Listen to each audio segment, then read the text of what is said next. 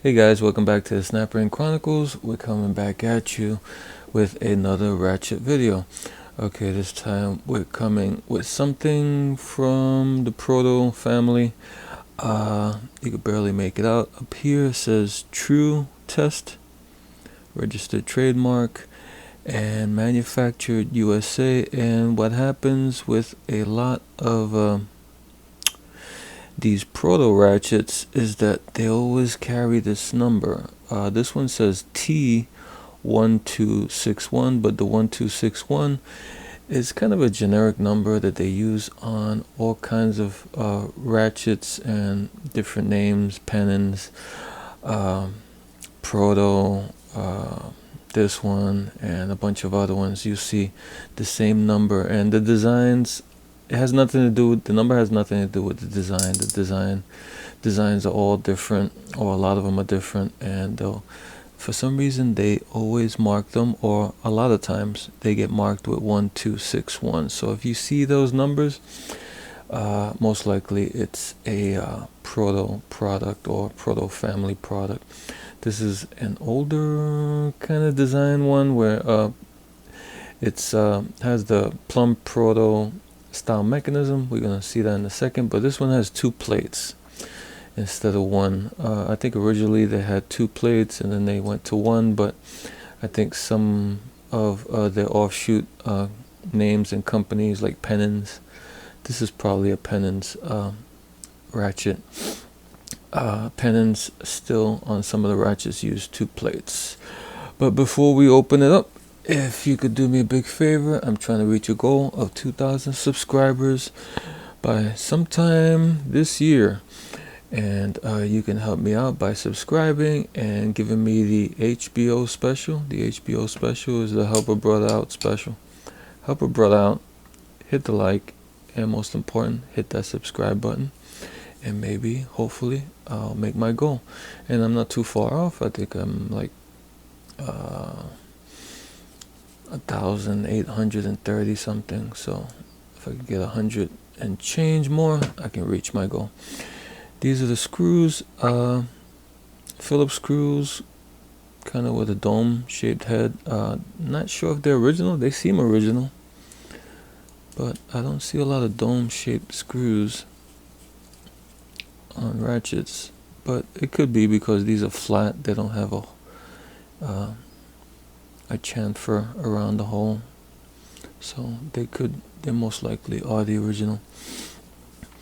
Okay, these you gotta be a little bit careful because both plates wanna fly out and all the insides will fly out with it. So, and this one is a little bit hesitant. Let me see if I can break it. There we go. With a little hammer action, and everything comes out. See, that's what I'm talking about. So be careful about that.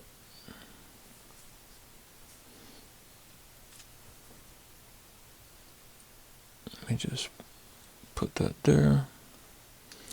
And you see what I mean? This is the usual. Oh, I better put that correctly.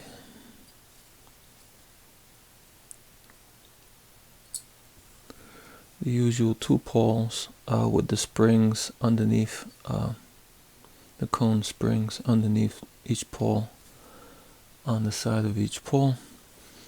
And there's the switch. It's a little bit different than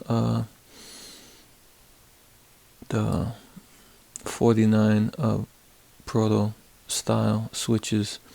This one looks like it's peened on the inside. The pin that goes through this has like a 3-piece switch. It has a switch here, a little lever, and then a pin that goes through that lever, and then the pin also goes through the switch, the bell switch on this side. So kind of an interesting way of doing it. Here's the gear. The gear looks like it's chromed. It doesn't look too bad.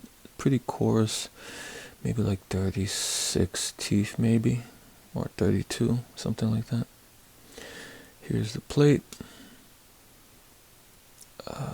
thickness, and this is the back plate, so there's no writing on there. And so I push this out.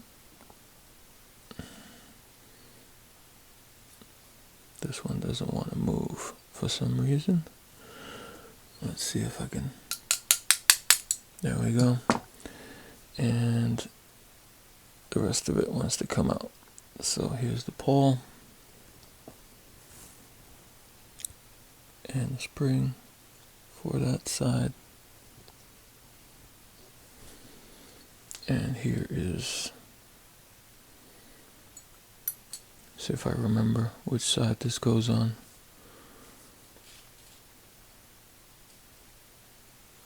Okay.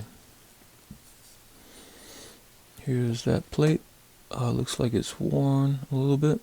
On and off. Has these little nubs there to prevent it. They were like punched out or peened out or something to prevent the switch from going too far over. And that's the little bell on the inside. And as we saw before, this one has the lettering on it, so it's the front plate. And here are the poles, just one tooth on each side. And that's what they look like. They look a little bit dirty or rusty. Gotta clean this out. I think this is as found. I don't think I opened this one up. It's dry on the inside, but the inside doesn't look too bad. There's not a lot of corrosion or anything. Here's the other one. Doesn't look like it was abused or used much. These poles don't look too bad. And the little cone springs. You want to keep those handy, because I don't think you'll find replacements easily for that. Okay, and as I said, this is a two-sided two plates, so sometimes they fall out. This one's a little bit, it's got a little bit grab, so I don't think this one's a fall out, and it makes it easier to put together, because usually I take some tape, some scotch tape, and just tape one plate on just so it won't fall out and everything falls out with it. But this one has good friction, so I don't think I'm gonna need the tape. And to put this back together, you just take your poles, you drop them in,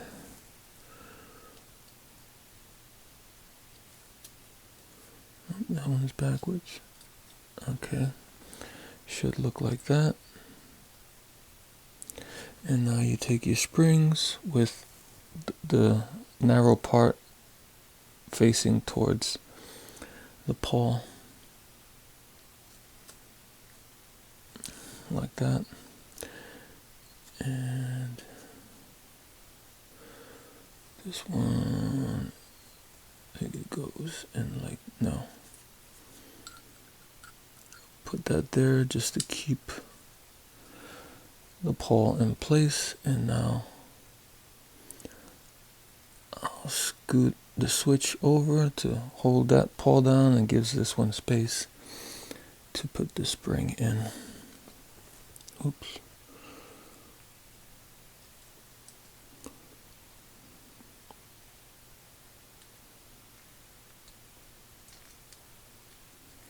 Like that.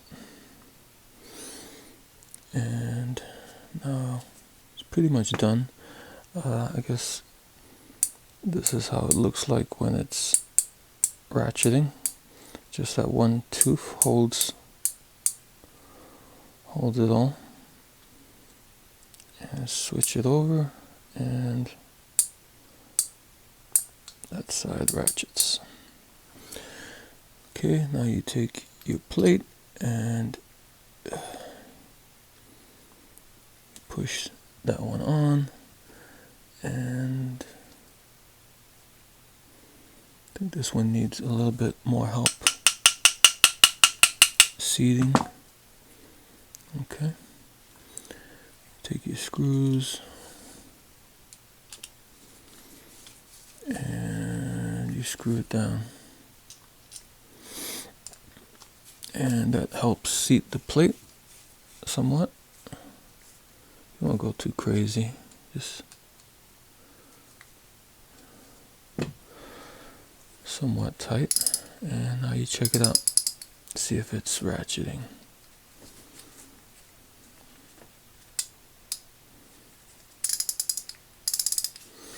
And the nice part about these ratchets is that they have very little back drag, so it's very smooth. And there's no lubrication. I didn't lubricate it, but I will later. But when you lubricate these, yeah, they're kind of pretty buttery smooth to ratchet.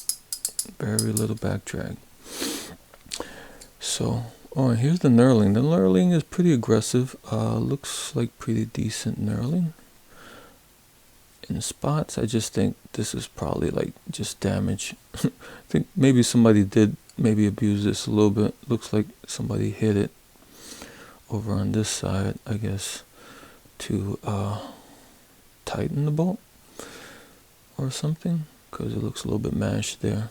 This side, surprisingly. No, that's to break the bolt.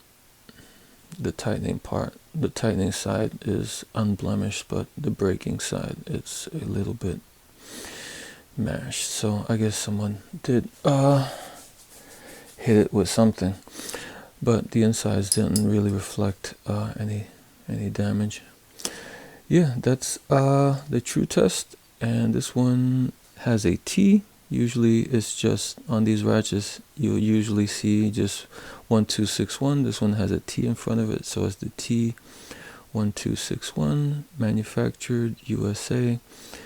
And yeah, pretty nice, not too bad. A kind of a cousin to the Proto 49 series. Alright guys, until next time.